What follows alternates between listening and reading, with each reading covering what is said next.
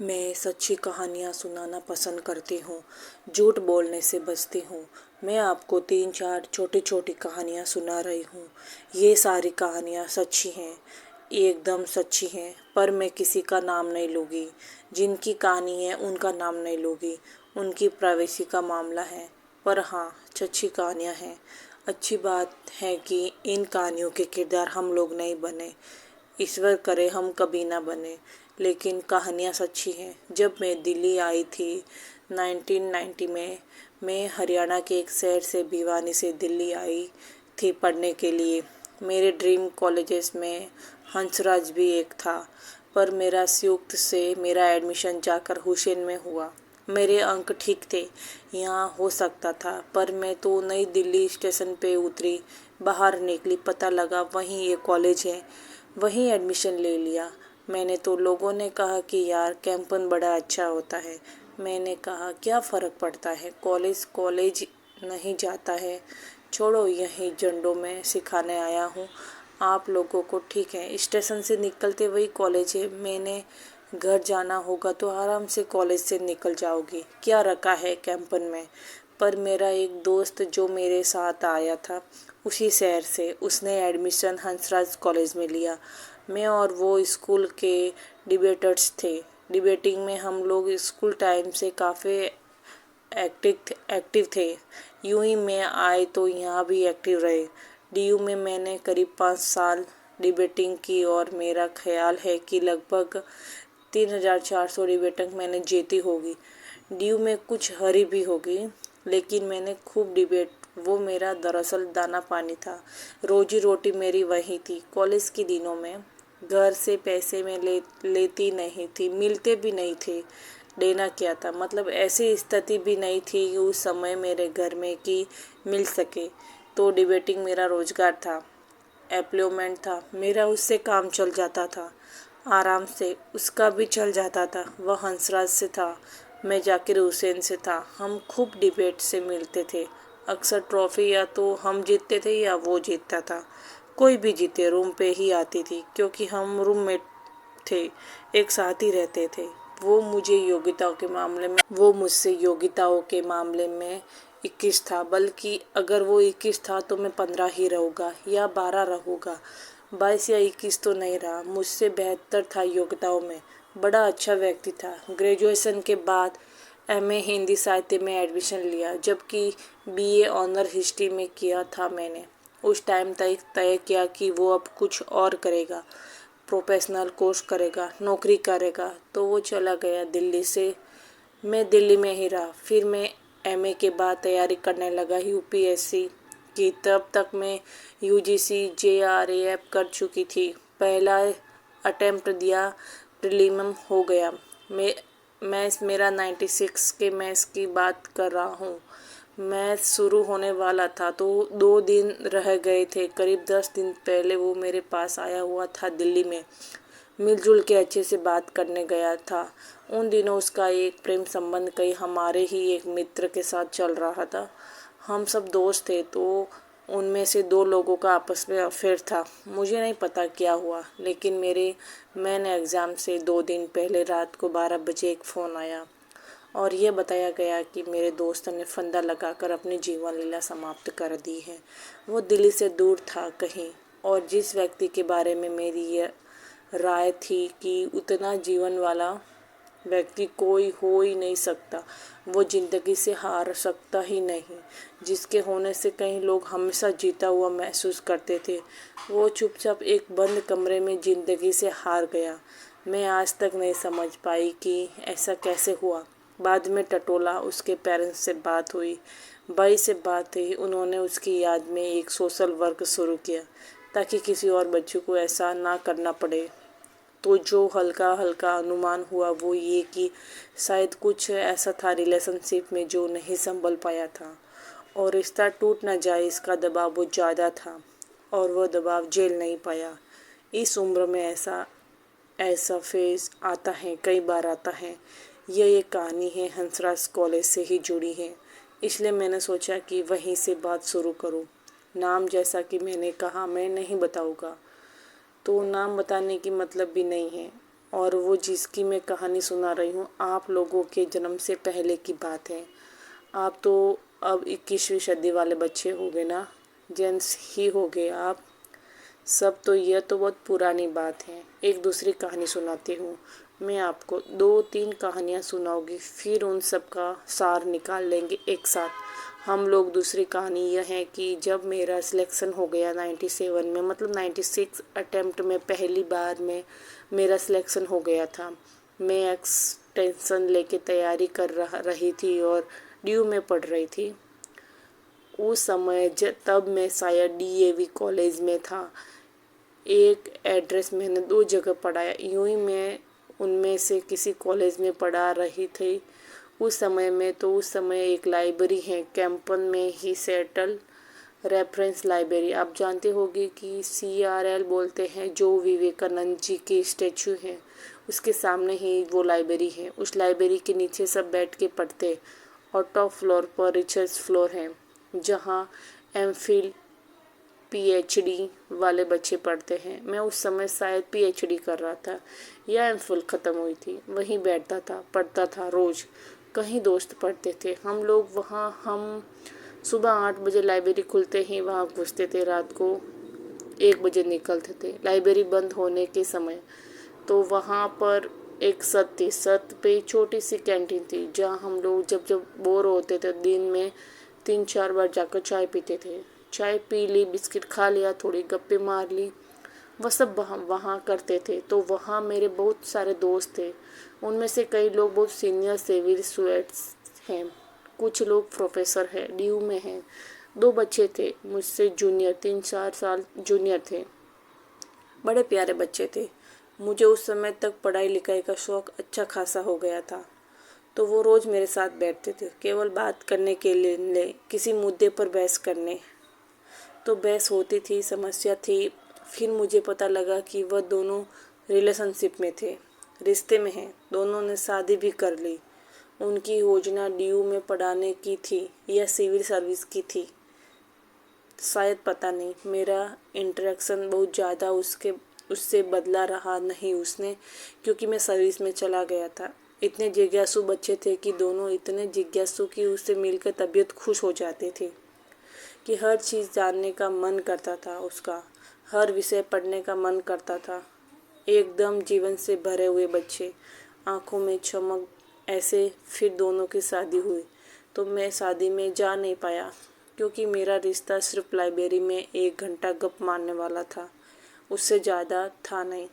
रिश्ता उनके साथ फिर सुनता रहता था कि मैं जब बढ़िया चल रहे हैं, पढ़ाई कर रहे हैं, तैयारी कर रहे हैं, इंटरकास्ट मैरिज की उन लोगों ने।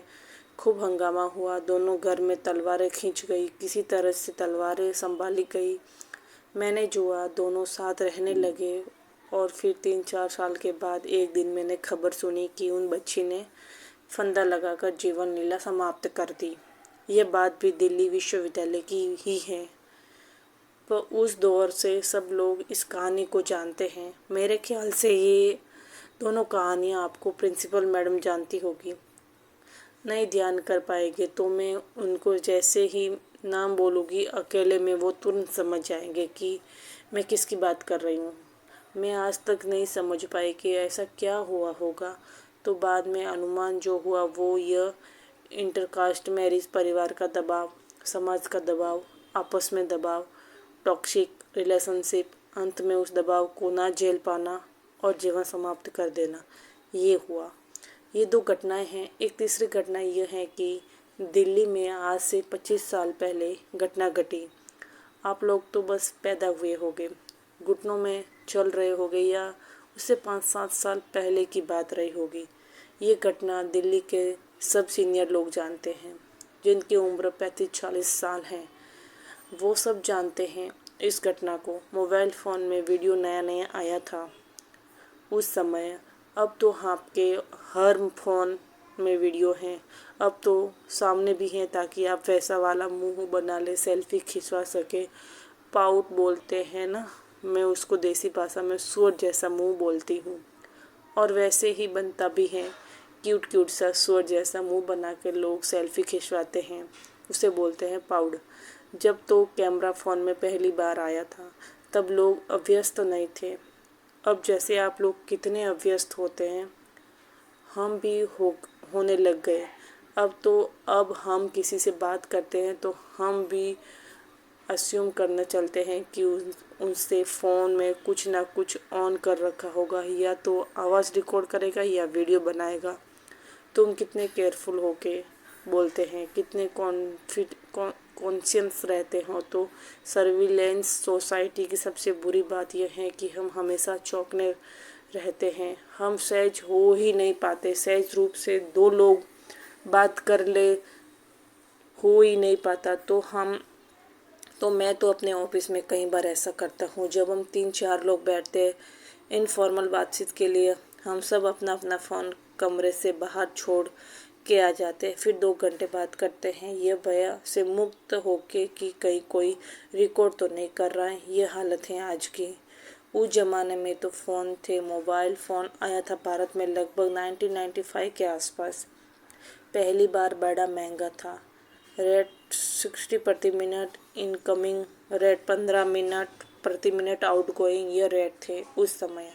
और फ़ोन वह थे जिनके आप कॉल भी ठोक सकते हैं। वैसे वाले फ़ोन थे, बटन वाले फ़ोन। नोकिया एक कंपनी थी, उसके फ़ोन हुआ करते थे।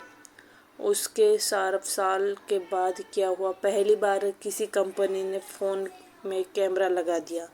ये बात उस समय के लोग नहीं समझते थे। जबकि नई नई तकनीकी आती हैं, उसको समझने में टाइम लगता है। जो पहले समझते हैं फ़ायदा उठा लेते हैं, जो थोड़ा लेट समझते हैं वो उसका नुकसान उठाते हैं। उस समय दिल्ली के एक प्रसिद्ध स्कूल में 11वीं-12वीं क्लास के 2 बच्चों में आपस में कोई रिलेशनशिप रही होगी। वो दोनों किसी ऐसी सिचुएशन में थे जो सिचुएशन बहुत ही प्राइवेट किस्म की थी, बहुत निजी किस्म की थी, जिसको पब्लिक नहीं कर सकते।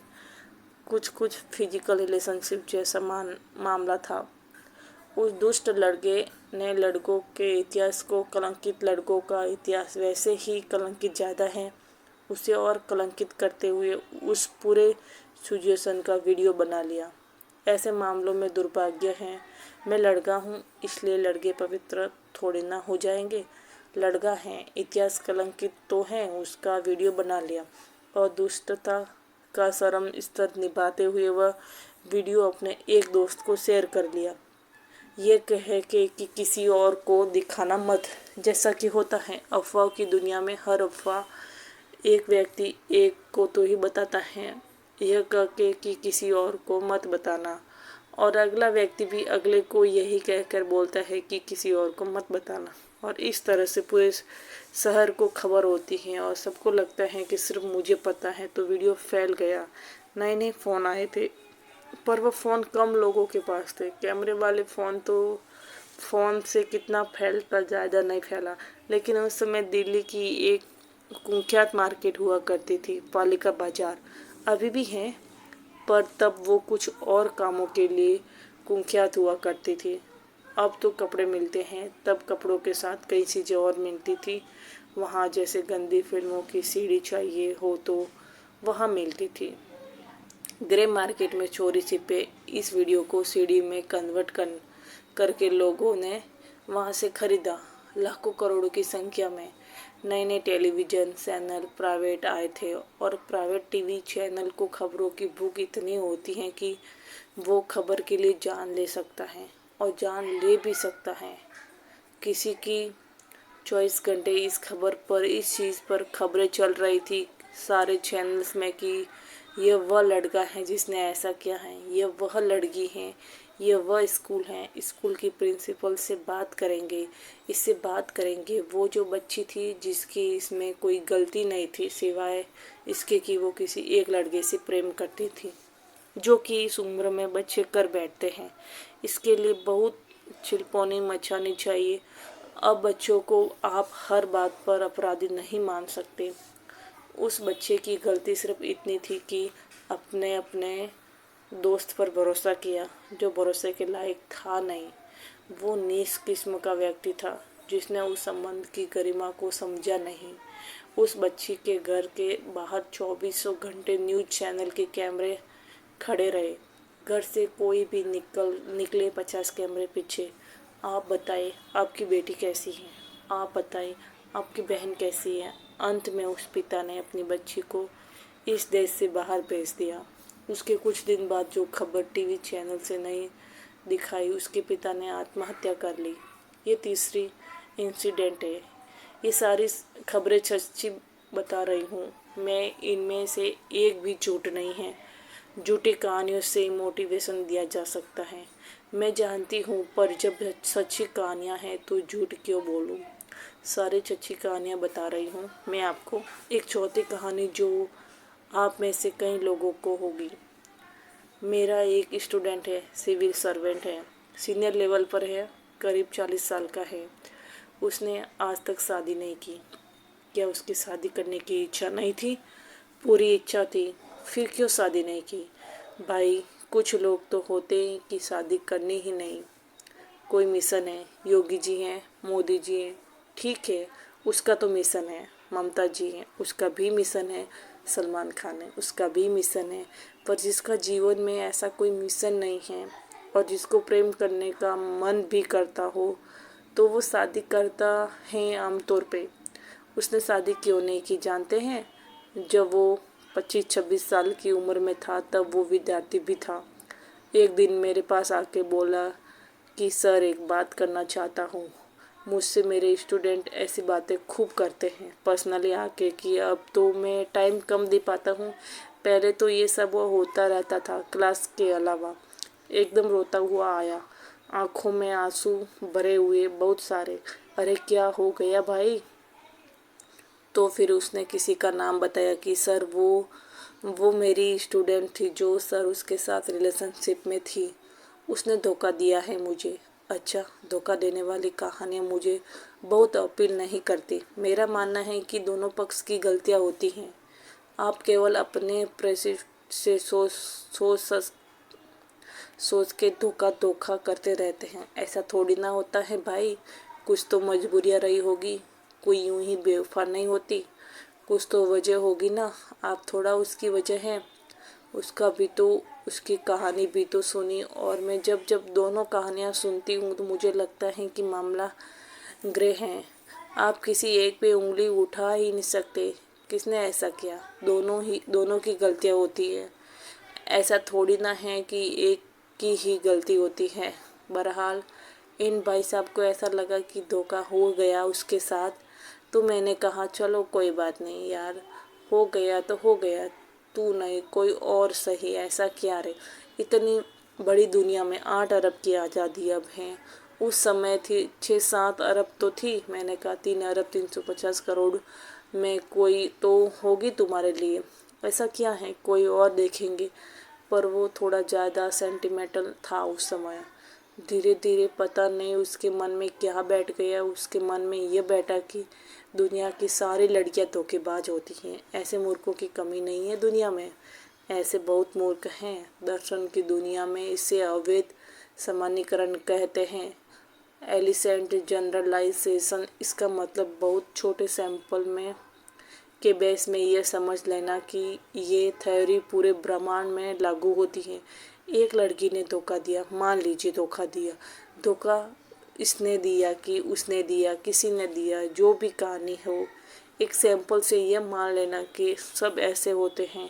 और उसके बाद से उसने कम से कम 10 बार कोशिश की, 10 लोगों से मिला, बातचीत की, शादी के लिए डेटिंग तो क्या करेगा 40 की उम्र में।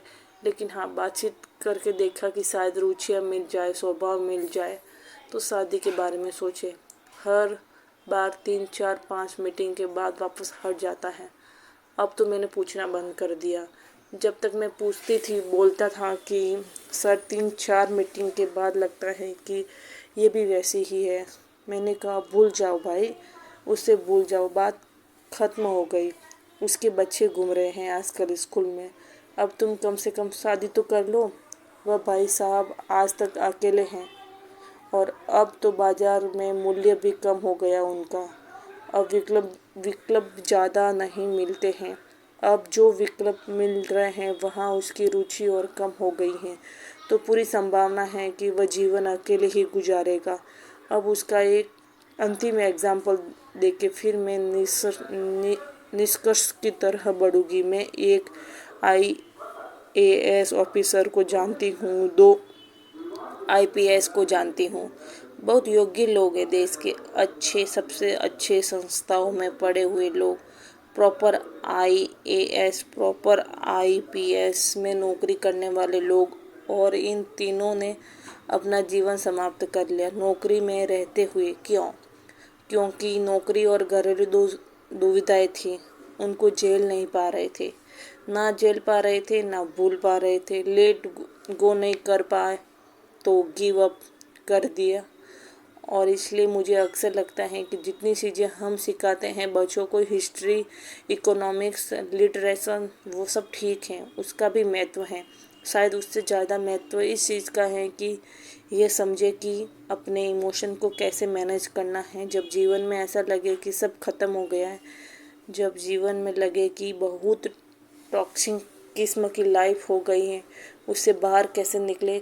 शायद ये सबसे महत्वपूर्ण लेसन होता है कि जो हम सबको सीखना चाहिए। मैंने कहीं से सीखा नहीं है, ना मैंने ऐसी किताबें पढ़ी हैं। हालांकि मैंने 2 किताबें मंगवाई हैं पिछले हफ्ते, पढ़ी नहीं हुई अभी तक। तो मैं किताबों के बेस पे नहीं जानता कैसे सीखते हैं, लेकिन ज़िंदगी से तुम सीख सकते हैं। इस कहानियों का सबका एक ही सार है, वजह अलग अलग है। एक व्यक्ति ने इसलिए अपने जीवन समाप्त किया कि वो रिश्ता उसके हाथ से छूट रहा था। एक ने इसलिए जीवन समाप्त किया, ये रिश्ता बन गया था, पर समाज के दबाव, घर के दबाव मैनेज नहीं कर पाए।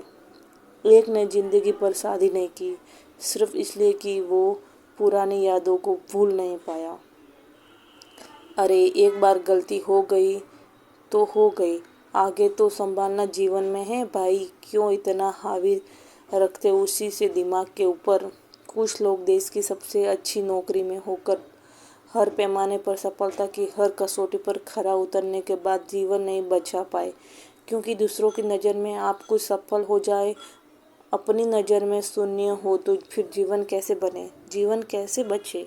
इस सारी कहानियों का मूल भाव एक ही है, अगर आप खुद को हैंडल नहीं कर सकते तो दुनिया को क्या हैंडल करेगी।